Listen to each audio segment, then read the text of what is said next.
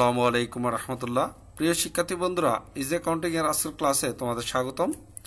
আজকে আমরা যে টপিকস নিয়ে আলোচনা করব সেটি হচ্ছে absorption costing and variable costing বা ডিরেক্ট কস্টিং। এই অ্যাবজর্পশন কস্টিং এবং ভেরিয়েবল কস্টিং এর উপর আজকে আমাদের ক্লাস নাম্বার 10। এর আগে আমরা আরো 9টি ক্লাস দিয়েছিলাম।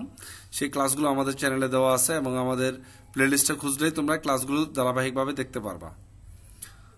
এই চ্যাপ্টারটি মূলত বিবিএ অনার্স থার্ড ইয়ার এবং এমবিএ প্রিলিমিনারির ম্যানেজমেন্ট অ্যাকাউন্টিং বইয়ে এবং এমবিএ ফাইনাল ইয়ারের অ্যাডভান্স কস্ট অ্যাকাউন্টিং বইয়ে এই চ্যাপ্টারটি আছে।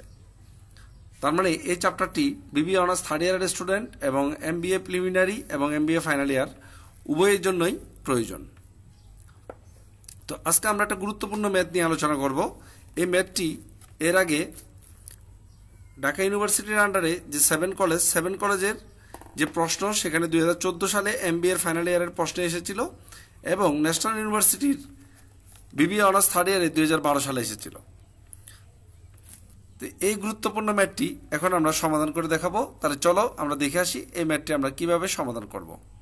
তো চলো আমরা আমাদের এই ক্লাসের এই ম্যাথটি সলভ করে আসি।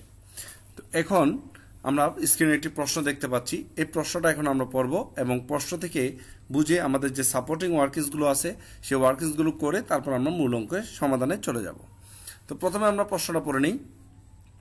Ahmed limited company uses absorption costing system and the president has the recently heard about the direct cost. However, the supplies you with the following data. Ahmed and company সাধারণত অ্যাবজর্পশন কস্টিং ইউজ করে। তা president বর্তমান নতুন করে direct costing এর নাম শুনেছে। তো তোমাকে এই ইনফরমেশনগুলো দিয়েছে। এর মধ্যে ইনফরমেশনগুলো কি আছে? নর্মাল ক্যাপাসিটি, অর্থাৎ তাদের ফ্যাক্টরিতে নর্মাল ক্যাপাসিটি হচ্ছে 1000 ইউনিট। তারা চাইলে 1000 ইউনিট পণ্য উৎপাদন করতে পারে। ওপেনিং স্টক বছরের শুরুতে মজুদ ছিল 200 ইউনিট। প্রোডাকশন আছে 900 ইউনিট। 1000 ইউনিট ক্যাপাসিটি আছে, কিন্তু প্রোডাকশন করেছে 900 ইউনিট।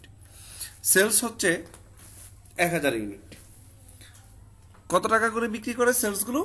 10 টাকা পার ইউনিট, অর্থাৎ এই কোম্পানি 1000 ইউনিট পণ্য বিক্রি করে 10 টাকা করে।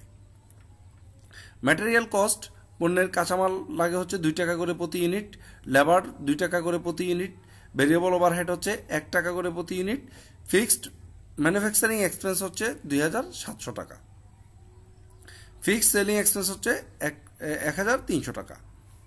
তাহলে আমাদের তাদের যে ব্যয়ের যে খাতগুলো, সেই খাতগুলো এখানে দিয়ে দিয়েছে। এর মধ্যে material, labour, variable overhead, fixed manufacturing expense আর ফিক্সড সেলিং এক্সপেন্স। নিচে বলা আছে unfavourable variable cost variance from standard cost.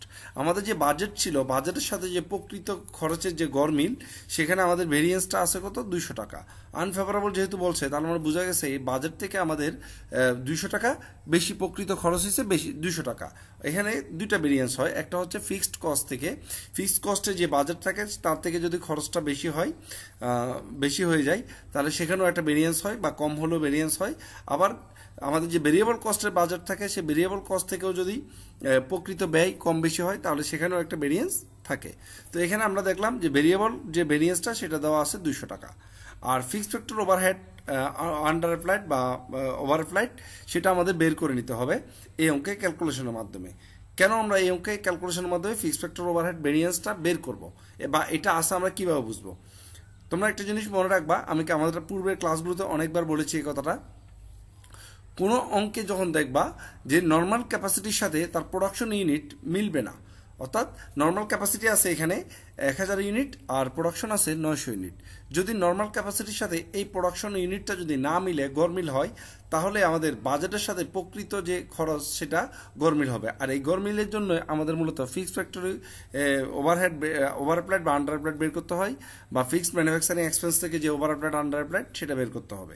তো যেহেতু এই অঙ্কে নর্মাল ক্যাপাসিটি আছে 1000 ইউনিট আর প্রোডাকশন আছে 900 ইউনিট, তাই অবশ্যই এই অঙ্কে আমাদের fixed factor overhead, over applied বা আন্ডার অ্যাপ্লাইডটা ক্যালকুলেশন করে নিতে হবে। এবার আমরা দেখি রিকোয়ারমেন্টটা আমাদের কি বলেছে। রিকোয়ারমেন্টে বলেছে prepare a income statement under the absorption costing method and b নাম্বারে বলছে ভেরিয়েবল কস্টিং মেথড। অর্থাৎ আমাদের অ্যাবজর্পশন কস্টিং মেথড এবং ভেরিয়েবল কস্টিং মেথডে এই ম্যাথটা সলভ করতে হবে। তো চলো আমরা প্রথমে আমাদের ওয়ার্কিংসগুলো, সাপোর্টিং ওয়ার্কিংসগুলো করে নেই, তারপর আমরা আমাদের এই অ্যাবজর্পশন কস্টিং মেথড এবং ভেরিয়েবল কস্টিং মেথডে ইনকাম স্টেটমেন্টগুলো তৈরি করে নেব। অঙ্কটা শুরু করার আগে আমরা একটা অ্যানাউন্সমেন্ট দিই। আমাদের ইজি অ্যাকাউন্টিং এর পক্ষ থেকে এই বছর 2022 সাল থেকে আমরা কিছু পেইড ক্লাসের আয়োজন করেছি, যেখানে তোমরা ন্যূনতম ফি প্রদান করে আমাদের সাথে কানেক্ট থাকতে পারবা এবং আমাদের গাইডলাইন অনুযায়ী তোমরা তোমাদের ফুল কোর্সটা কমপ্লিট করতে পারবা। তো এই যদি তোমরা কেউ আগ্রহী থাকো তাহলে তোমরা অবশ্যই আমার এই যে হোয়াটসঅ্যাপ নাম্বার আছে, হোয়াটসঅ্যাপ নাম্বারে তোমরা নক দিতে পারো, বা হোয়াটসঅ্যাপ নাম্বারে কোনো কিছু জানার জন্য থাকলে তোমরা প্রশ্নগুলো দিতে পারো, অথবা আমাদের ফেসবুক পেজ ইজি অ্যাকাউন্টিং, সেই ফেসবুক পেজের মাধ্যমে তোমরা চাইলে আমাদের সাথে কানেক্টেড থাকতে পারো। তো সবাইকে ধন্যবাদ আমাদের ক্লাসগুলো দেখার জন্য। চলো আমরা আমাদের ম্যাথের সমাধানে চলে যাই। তো প্রথমে আমরা এখানে ক্যালকুলেশন করব ক্লোজিং ইনভেন্টরি। যেহেতু আমাদের এখানে অঙ্কে ক্লোজিং ইনভেন্টরি কত দেওয়া নাই, তাই আমরা ক্লোজিং ইনভেন্টরিটা বের করে নিব। ক্লোজিং ইনভেন্টরি বের করার নিয়ম কি? ক্লোজিং ইনভেন্টরি বের করার নিয়ম হচ্ছে ওপেনিং ইনভেন্টরি 200 ইউনিট, এখানে কোয়েশ্চেনে দেওয়া আছে 200 ইউনিট ওপেনিং ইনভেন্টরি। ওপেনিং ইনভেন্টরির সাথে আমরা প্রোডাকশনটা যোগ করব। তো প্রোডাকশন করেছি কত? 900 ইউনিট। ওপেনিং ছিল আমাদের 200 ইউনিট আর প্রোডাকশন করেছি আমরা 900 ইউনিট। তাহলে 200 এবং 900 মিলে আমাদের টোটাল গুডস অ্যাভেলেবেল হচ্ছে 1100 ইউনিট, অর্থাৎ 1100 ইউনিট। তো আমরা সেল করেছি কত? আমরা সেল করেছি 1000 ইউনিট। 1100 ইউনিটের মধ্যে আমরা 1000 ইউনিট যেহেতু সেল করেছি, তাহলে আমাদের ক্লোজিং ইনভেন্টরি আছে 100 ইউনিট। এই ক্লোজিং ইনভেন্টরিটা আমাদের দেওয়া ছিল না, তাই আমরা এটা বের করে নিয়েছি। এবার আমরা বের করে নিব calculation of manufacturing cost per unit, অর্থাৎ পণ্য উৎপাদন করতে কত টাকা ব্যয় হয়েছে প্রতি ইউনিটে, সেটা আমরা ক্যালকুলেশন করে নেব যাতে আমাদের ম্যাথটা করতে সুবিধা হয় সেজন্য। তো এখানে আমরা ম্যানুফ্যাকচারিং কস্ট পার ইউনিটে বের করে নিয়েছি in absorption costing, in variable costing. এই অ্যাবজর্পশন কস্টিং এবং ভেরিয়েবল কস্টিং এর কিভাবে উৎপাদন ব্যয় বের করে এটা একটু তোমরা মনোযোগ দিয়ে দেখবা। এখানে আমরা উৎপাদন ব্যয়গুলো লিখবো। উৎপাদন ব্যয়ের মধ্যে প্রথমে আছে ম্যাটেরিয়াল কস্ট 2 টাকা, সেই 2 টাকায় অ্যাবজর্পশন কস্টিং এবং ভেরিয়েবল কস্টিং উভয় দিকে লিখতে হবে। লেবার 2 টাকা, সেটাও অ্যাবজর্পশন কস্টিং এবং ভেরিয়েবল কস্টিং এ লিখতে হবে। ভেরিয়েবল ওভারহেড 1 টাকা, সেটাও অ্যাবজর্পশন কস্টিং এবং ভেরিয়েবল কস্টিং এ লিখতে হবে। ফিক্সড ম্যানুফ্যাকচারিং এক্সপেন্স 2700 টাকা। এটা শুধুমাত্র অ্যাবজর্পশন কস্টিং এ লিখবা, ভেরিয়েবল কস্টিং এ লিখবা না, কারণ ভেরিয়েবল কস্টিং উৎপাদন ব্যয় নির্ণয়ের সময় কোনো ফিক্সড এক্সপেন্সকে অন্তর্ভুক্ত করে না, অর্থাৎ কোনো ফিক্সড উৎপাদন ব্যয়কে সেই উৎপাদন ব্যয়ের মধ্যে অন্তর্ভুক্ত করে না ভেরিয়েবল কস্টিং সিস্টেম, কিন্তু অ্যাবজর্পশন কস্টিং সিস্টেম করে। তাই আমরা এই যে ফিক্সড ম্যানুফ্যাকচারিং এক্সপেন্স এটা অ্যাবজর্পশন কস্টিং এ বসাবো। তো যেহেতু আমরা এখানে পার ইউনিট বের করতেছি, এখানে আমাদের ফিক্সড ম্যানুফ্যাকচারিং এক্সপেন্সটা দেওয়া আছে টোটাল অ্যামাউন্টে 2700 টাকা। তো এটাকে আমরা পার ইউনিটে কনভার্ট করে নিব। তো মনে রাখবা পার ইউনিটে কনভার্ট করার নিয়ম হচ্ছে যখন নর্মাল ক্যাপাসিটি থাকবে তখন নর্মাল ক্যাপাসিটি দিয়ে ভাগ দিতে হবে। যদি নর্মাল ক্যাপাসিটি বা বাজেটেড প্রোডাকশন না থাকে তখন আমরা অ্যাকচুয়াল প্রোডাকশন দিয়ে ভাগ দিতাম। তো যেহেতু নর্মাল ক্যাপাসিটি আছে, এখানে আমরা নর্মাল ক্যাপাসিটি দিয়ে রেটটা বের করে নিব। তো আমাদের ক্যাপাসিটি ছিল 1000 ইউনিট আর আমাদের টোটাল ম্যানুফ্যাকচারিং এক্সপেন্স ছিল 2700 টাকা। তাহলে 1000 ইউনিট দিয়ে যদি 2700কে আমরা ভাগ দেই আসে 2.7। তাহলে আমরা পেয়ে গেলাম অ্যাবজর্পশন কস্টিং সিস্টেম অনুযায়ী ম্যানুফ্যাকচারিং কস্ট হচ্ছে 7.7 আর ভেরিয়েবল কস্টিং অনুযায়ী হচ্ছে 5।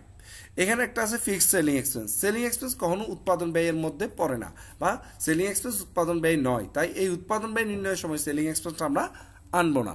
সেলিং, মার্কেটিং, অ্যাডমিনিস্ট্রেটিভ এই ধরনের যে ব্যয়গুলো আছে সেগুলো উৎপাদন ব্যয়ের মধ্যে আসবে না, এটা তোমরা একটু মনে রাখবা। এবার আমরা calculation of fixed factor overhead under applied or over applied. আমরা এখন fixed manufacturing expense under applied আর ওভার এ ফ্লাইটটা বের করে নিব। এখানে যেহেতু ম্যানুফ্যাকচারিং এক্সপেন্স আছে তাই আমরা এখানে ম্যানুফ্যাকচারিং এক্সপেন্স লিখবো। তো এটা বের করার নিয়ম হচ্ছে আমরা প্রথমে লিখবো ফিক্সড ফ্যাক্টরি ওভারহেড অ্যাপ্লাইড বা ফিক্সড ম্যানুফ্যাকচারিং এক্সপেন্স অ্যাপ্লাইড। অ্যাপ্লাইডটা বের করবো কিভাবে? আমাদের যে প্রোডাকশন আছে অ্যাকচুয়াল প্রোডাকশন 9000 ইউনিট, সেই 9000 ইউনিটের সাথে আমরা ফিক্সড ফ্যাক্টরি ম্যানুফ্যাকচারিং এক্সপেন্স যেটা আছে এখানে আমাদের 2.7, এই 2.7 গুণ করবো, অর্থাৎ রেটটা গুণ করবো অ্যাকচুয়াল প্রোডাকশনের সাথে। রেটটা অ্যাকচুয়াল প্রোডাকশনের সাথে গুণ করলে আমরা পাই 2430 টাকা। এবার এটার সাথে আমরা কম্পেয়ার করবো প্রকৃত ব্যয়টা। তাহলে ফিক্সড ম্যানুফ্যাকচারিং এক্সপেন্স আছে কত? ফিক্সড ম্যানুফ্যাকচারিং এক্সপেন্স আছে 2700 টাকা। তো যেহেতু আমাদের অ্যাপ্লাইড করেছি আমরা 2430 টাকা আর অ্যাকচুয়ালি আছে 2700 টাকা, তো আমাদের অ্যাপ্লাইডটা এখানে কি ছোট। অ্যাপ্লাইডটা যেহেতু ছোট তাহলে আমরা লিখবো আন্ডার অ্যাপ্লাইড। যদি অ্যাপ্লাইডটা এখানে বড় হতো, অ্যাপ্লাইডের ফিগারটা বড় হতো, তাহলে আমরা লিখতাম ওভার অ্যাপ্লাইড। এটা তোমরা একটু মনে রাখবা, যেহেতু অ্যাপ্লাইডের অ্যামাউন্টটা ছোট তাই আন্ডার অ্যাপ্লাইড, আর যেহেতু অ্যাপ্লাইডের অ্যামাউন্টটা যদি বড় হতো তাহলে আমরা লিখতাম ওভার অ্যাপ্লাইড। তো আশা করি তোমরা ফিক্সড ফ্যাক্টর ওভারহেড বা fixed manufacturing expense under applied and over অ্যাপ্লাইডটা বুঝতে পারছো। তো এখন আমরা ইনকাম স্টেটমেন্ট তৈরি করবো অ্যাবজর্পশন কস্টিং সিস্টেমে। তোমরা যারা আমার আগের ক্লাসগুলো করেছো তারা অবশ্যই জানো যে অ্যাবজর্পশন কস্টিং সিস্টেমে কিভাবে ইনকাম স্টেটমেন্ট তৈরি করতে হয়। তো একই নিয়মে আমরা ইনকাম স্টেটমেন্টটা তৈরি করব। তো প্রথমে আমরা একটা ছক কাটলাম, উপরে লিখে নিলাম income statement under absorption costing system. এখন আমরা প্রথমে লিখবো সেলস। সেলস হচ্ছে 1000 ইউনিট 10 টাকা করে। কোথায় পেলাম আমরা 1000 ইউনিট 10 টাকা করে? এবার আমরা প্রশ্নটা দেখে আসি। আমাদের প্রশ্নে বলা ছিল আমাদের সেলস 1000 ইউনিট 10 টাকা করে। এই 1000 ইউনিটের সাথে 10 গুণ করলে আমরা সেলসের অ্যামাউন্টটা পেয়ে যাব। আমরা পেয়ে গেলাম সেলস 1000 গুণ 10 মানে 10,000 টাকা। এবার এখান থেকে আমরা বাদ দিব less cost of goods sold. Cost of goods সোল্ডে প্রথমে আমরা লিখবো ওপেনিং ইনভেন্টরি। ওপেনিং ইনভেন্টরির এই যে 200 ইউনিট এবং 60 টাকা 70 পয়সা বা 7.7 আমরা কোথায় পেলাম একটু দেখে আসি। এই যে আমাদের কোয়েশ্চেনে বলা ছিল ওপেনিং স্টক ছিল 200 ইউনিট, আর অ্যাবজর্পশন কস্টিং যেহেতু করতেছি, অ্যাবজর্পশন কস্টিংয়ে আমাদের উৎপাদন ব্যয়টা ছিল প্রতি ইউনিট 60 টাকা 70 পয়সা, অর্থাৎ 7.7। অ্যাবজর্পশন কস্টিং অনুযায়ী আমরা যে ম্যানুফ্যাকচারিং কস্ট বের করেছিলাম সেই ম্যানুফ্যাকচারিং কস্ট ছিল 7.7। এই 7.7 দিয়ে আমরা অ্যাবজর্পশন কস্টিং এর সকল opening inventory, production, manufacturing cost এবং ক্লোজিং ইনভেন্টরির মূল্যগুলো নির্ণয় করব। তো আমরা ওপেনিং ইনভেন্টরি বের করলাম 200 গুণ 7.7 অর্থাৎ 1540 টাকা। এবার লিখবো ম্যানুফ্যাকচারিং কস্ট। ম্যানুফ্যাকচারিং কস্ট হচ্ছে 900 ইউনিট 60 টাকা 70 পয়সা। আমাদের কোয়েশ্চেনে ছিল প্রোডাকশন ইউনিট ছিল 900 ইউনিট আর ম্যানুফ্যাকচারিং কস্ট অ্যাবজর্পশন কস্টিং এ 7.7। তো সেই অনুযায়ী আমরা এখানে 900 সাথে 7.7 গুণ করলে আমরা পেয়ে যাই 6930 টাকা। এবার দুটো আমরা যোগ করব। যোগ করার পর এখান থেকে আমরা ক্লোজিং ইনভেন্টরি বাদ দিব। ক্লোজিং ইনভেন্টরি আছে 100 ইউনিট 7.7, তো এই যে আমাদের ম্যানুফ্যাকচারিং কস্ট পার ইউনিট সেটা, আর ক্লোজিং ইনভেন্টরি হচ্ছে আমাদের 1 নম্বর ওয়ার্কিংস আমরা তুলে নিছি। তো এখানে মূলত 770 টাকা। তাহলে ক্লোজিং ইনভেন্টরি বাদ দেওয়ার পরে আমরা এখানে যে অ্যামাউন্টটা পেলাম সেটা হচ্ছে 7700 টাকা। এটার সাথে এবার আমাদের যোগ করতে হবে add unfavourable variance from standard cost. এটা আমরা কোথায় পেলাম? এটা আমাদের কোয়েশ্চেনে দেওয়া ছিল unfavourable variance from variable variance from standard cost 200 টাকা। সেই 200 টাকা আমরা এখন যোগ করব। 200 টাকা যোগ করার পর আমরা এখানে পেয়ে গেলাম 7900 টাকা। এবার এই 7900 সাথে আমরা যোগ করব fixed factor overhead under applied. এই আন্ডার অ্যাপ্লাইডটা আমরা ক্যালকুলেশনে বের করেছি।